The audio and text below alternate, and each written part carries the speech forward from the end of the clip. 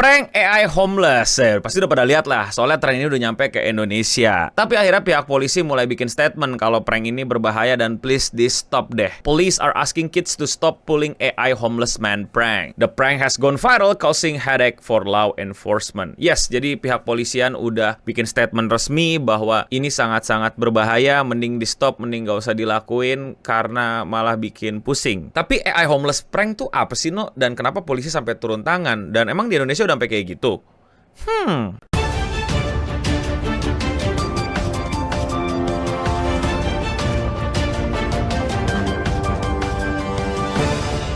Buat yang belum tahu, lagi rame tren di internet mengenai AI homeless man prank. Ini awalnya terjadi di Amerika dan memanfaatkan teknologi AI untuk membuat seakan-akan beneran ada orang masuk rumah lu dan diizinin masuk gitu, dan akhirnya kayak mengacaukan dan bahkan sampai tidur di kamar orang tua lu gitulah. Lu lihat aja lah contoh videonya.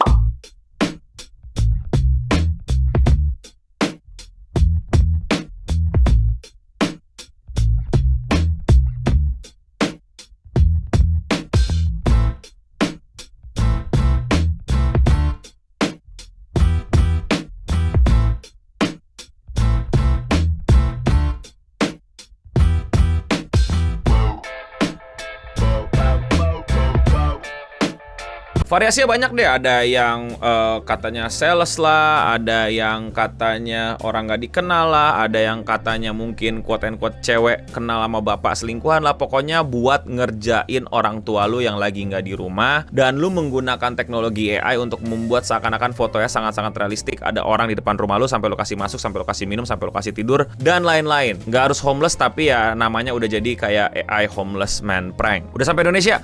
Udah, beberapa konten kreator gue liat udah bikin buat ngerjain orang tuanya demi konten, dan gue nggak mau jadi party pooper. Gue ngerti bercandaannya, gue ngerti lucunya, gue ngerti prank-prankannya. Gue juga I love prank, but sometimes nggak semua prank itu aman dan membahagiakan banyak orang. Sometimes prank itu juga bisa membawa bencana dan hal yang lu nggak inginkan terjadi sama diri lu. Dan seperti contoh adalah konten-konten yang quote and quote prank di YouTube tapi udah makin nggak jelas, makin nggak ada ya. Dan ini pun menurut gue juga udah di tahap yang bisa jadi berbahaya. Where things go problematic to potentially dangerous is when the prank carries on for too long and parents call the authorities. Call of a home invasion, especially involving children, are treated as high priority by police.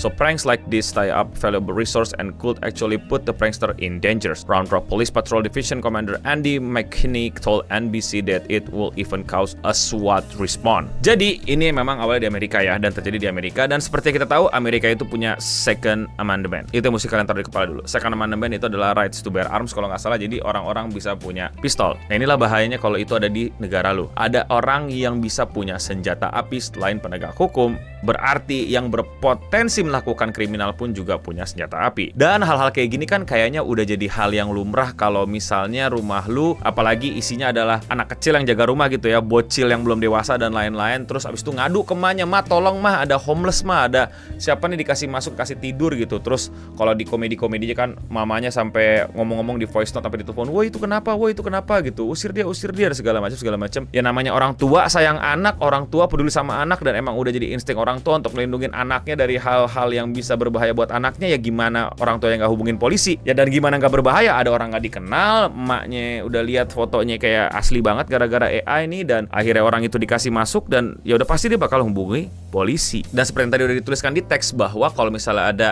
robbery atau apa, trespassing tuh kayak lu masuk ke properti milik orang tanpa izin dan lain-lain, itu polisi datang. Nah, kalau di pikiran lu kan polisi datang, ya udah datang aja gitu kan, oh ternyata cuma prank dan segala macam. No, ini adalah kejahatan yang sangat berbahaya, dan seperti yang tadi gue udah singgung, Second Amendment bisa jadi senjata terlibat, alias si AI atau si yang dikira orang beneran ini sama polisi dan mak lu itu adalah orang bersenjata, sehingga polisi juga akan mengeluarkan senjata atau bahkan pakai SWAT. Apa itu SWAT? SWAT itu polisi paling elitnya di sana lah, Special Weapon and Tactic, yang dimana mereka bisa berpakaian lengkap dan punya senjata-senjata dengan kadar firepower yang cukup luar biasa dan bisa membahayakan banyak orang di sekitar kalau misalnya ini semua ternyata cuman prank. Jadi itulah kenapa ini prank sebenarnya. So far sih belum ada korban, so far belum ada yang aneh-aneh, tapi cukup berbahaya dan pihak kepolisian pun udah ngeliat ini sebagai potensi yang bisa terjadi bahaya dan kenapa-napa. The Salem MA Police Department sum it up best in a statement saying this prank dehumanized the homeless, caused the distressed recipient to panic, waste police resources. Police officer who are called upon to respond do not know this is a prank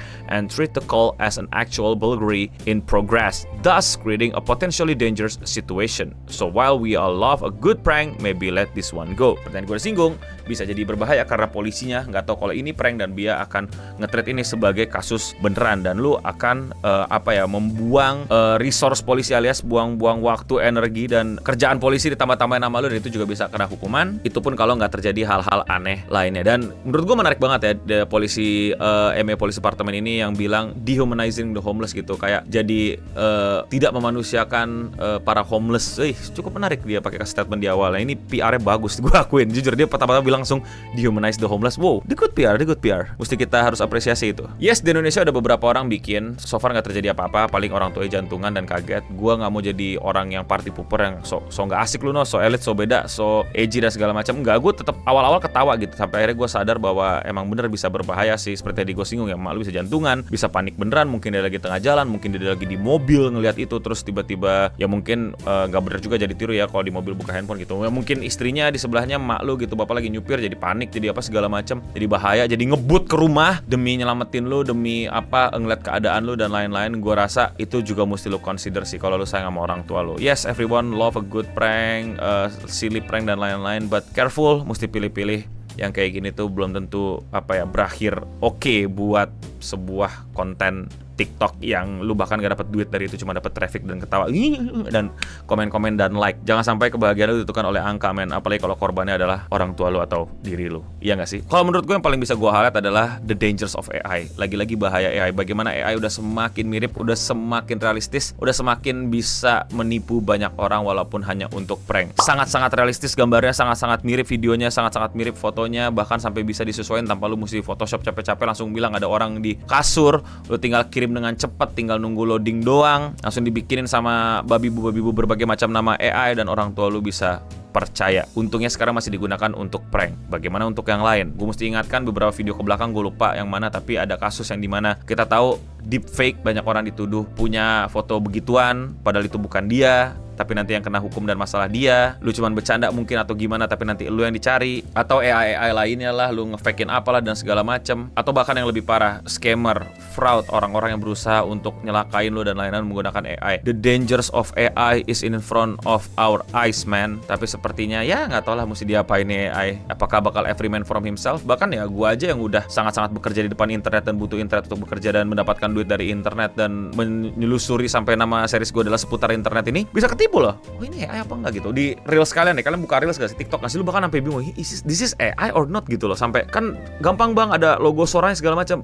Men, udah banyak yang bisa ngilangin logonya dengan mudah di hari H. Itu suara keluar bisa diakses sama publik. Sangat semengerikan itu. Bahkan sekarang AI-nya bukan bikin, bahkan bisa replika atau bahkan bisa manipulasi gitu. Jadi misalnya sekarang videonya no bening, nanti tiba-tiba mukanya yang lain. Dan lain-lain yang menurut gua sangat-sangat mulai ngebuat gua takut sih dengan masa depan kita sebagai society yang dibanjiri AI tanpa ada perlindungan yang jelas dari pihak yang harusnya berkewajiban untuk melindungi dan mesejahterakan masyarakat. Ya. Tapi kalau menurut kalian bagaimana nih? Wow, AI bros pasti di komentar langsung, wow, AI is the future, ya, future buat ngeprank. Sekali lagi gue nggak anti AI, tapi gue tetap mengkritisi AI. Jangan jadikan AI itu kayak religion atau cult gitu loh. AI harus terbuka sama kritik dan juga harus terbuka terhadap argumen-argumen yang menentang keadaan dan kehadirannya di sini. Tapi kalau menurut kalian bagaimana? Mau tambahan atau mungkin ada pengalaman ditipu-tipu sama AI atau foto atau video AI? Coba kalian bisa komen di bawah, mungkin nanti bisa gue jadiin video baru tentang seberapa bahayanya AI semakin kesini, udah semakin mengerikan. Kalau kalian suka sama konten pembahasan evolusi teknologi kayak gini dan kalian mau support gue, lakuin dengan sesimpel klik tombol subscribe atau like. Buat yang belum tahu, gue upload video sehari satu, jadi coba cek channel gue dan klik video menurut kalian belum kalian tonton. Ingat, gue upload sehari satu. Kalau orang ketemu gue, bang kapan upload YouTube?